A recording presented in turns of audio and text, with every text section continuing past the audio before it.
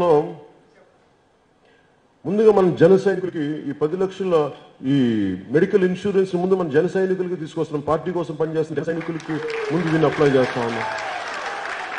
అంటే అడుగు బయట చేయబోయే ముందు మన ఇంట్లో చేసుకుందాం, మన వాళ్ళకి చేసుకుందాం. ఫస్ట్ అది పార్టీ తరపు నుంచి మేము చేసి పెడుతున్నాను, నేనే చేస్తున్నాను. అది ఇది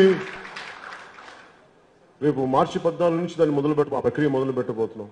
సో నేను ఎందుకున్నానంటే ఈరోజు నా ఒక ఆర్గనైజేషన్ డెవలప్ చేస్తాను. మీ పేరు డాకుల స్వరూప, మీ పేరు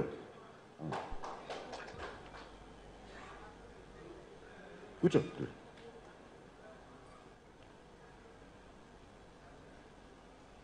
ఎందుకు చెప్తున్నా అంటే నేను ఇంతమంది యువత ఉన్నారు, బలమైన యువత. నేను మీ అందరికంటే దైవభక్తిని గుర్తుపెట్టుకోను. మీ అందరికంటే ప్రతి విగ్రహానికి కాదు, ప్రతి విగ్రహాన్ని నేను గుండెల్లో పెట్టుకున్నాను. ఒక అంబేద్కర్ విగ్రహాన్ని గుండెల్లో పెట్టుకుంటారు, కాంశీరామ్ విగ్రహాన్ని గుండెల్లో పెట్టుకుంటారు. కనిపించే ప్రతి దేవుడు ప్రతిమకి, ప్రతి గుడికి వెళ్ళాలంటే నేను ప్రజలకు సేవ చేయటం మానేసి విగ్రహాలకి దండలు వేయటం, గుడిలోకి వెళ్ళటం అయిపోద్ది. నేను ఎందుకంటే ఒక్కోసారి నేను రావాలంటే ఇంతమంది జనం మధ్యలో వెళ్ళి నేను మీటింగ్ లేట్ అయిపోద్ది. అందువల్ల నేను గుడి దగ్గర ఆగలేకపోయాను. ఆ మాట చెప్పడానికి వచ్చాను. ఈ పరిస్థితుల్లో ఎప్పుడైనా సరే ఒకసారి మనం చాలా దైవభక్తి గలవాడిని, నేను దైవానికి భయపడేవాడిని. చెప్తాను, అది ఈ తొందరపాటు అవుతుంది. నేను చెప్తాను, ఆ టైమింగ్ నాకు వదిలేదు. ఒక నిమిషం. ఎందుకంటే మీరు నిన్న గుడికి రావడానికి తెగింపు చూపించారు కదా, నువ్వు దిగాలి ఆగాలని. అదే తెగింపు మార్పుకు చూపించాను. మారాలి. నన్ను గుడికి తీసుకెళ్ళడానికి మీరు ఎంత బలంగా ఆపి పోరాటం చేశారు కదా, అలా మనకి రాయలసీమ, రత్నాల సీమ వాళ్ళని దానికి ఆ స్ఫూర్తిని తీసుకురండి. అది తీసుకురండి. అలా చేయండి. నేను మీకు అండగా ఉంటాను. కూర్చోండి. ఎందుకంటే నేను నాయకులు అనేవాళ్ళు ఇలాగే ఉంటారు. ముందు కనిపించారు వాళ్ళు, బయటికి చాలా చిన్న గల్లీలో కనిపిస్తారు, సందుల్లో కనిపిస్తారు. నాకు వాళ్ళే నాయకులు, నాకు గుర్తుపెట్టుకోండి. దమ్మున్నోళ్ళు అని చెప్పి ఆలోచన లేకుండా వెళ్ళకండి, ఆలోచనతోనే వెళ్ళండి. ముందు మీరు బతకాలి, మీరు ప్రాణంతో ఉండాలి. ఒక యుద్ధం చేయాలంటే మీరు ప్రాణాలు వదిలే పరిస్థితికి వెళ్ళారంటే ఇంక తప్పనిసరి అనుకున్నప్పుడే మీరు ప్రాణాలు వదలాలి. నేను అంతే, యుద్ధం చేస్తాం, నిర్లక్ష్యంగా ప్రాణాలు వదలం. నేను ప్రాణాలు వదిలితే ఒక పర్పస్ ఉండాలి, దానికి సమితి అవ్వాలి, ఒక మార్పుకి.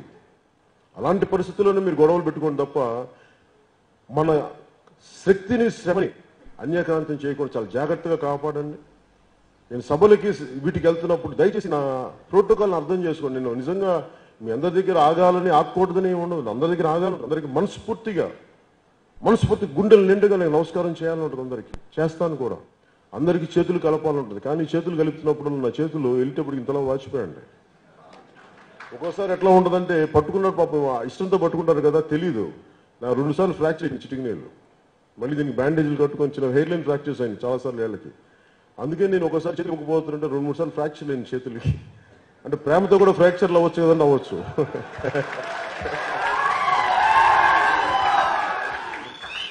మీలో గొప్ప వ్యక్తులు ఉన్నారు, బలమైన వ్యక్తులు ఉన్నారు, సమాజం కోసం బలంగా పనిచేసే వ్యక్తులు ఉన్నారు. అందరూ బాగుండాలి. నేను మీకు అండగా ఉంటానని తెలియజేసుకుంటూ, నాకు ఈ కడప నాకు చాలా సంతృప్తినిచ్చిన యాత్ర.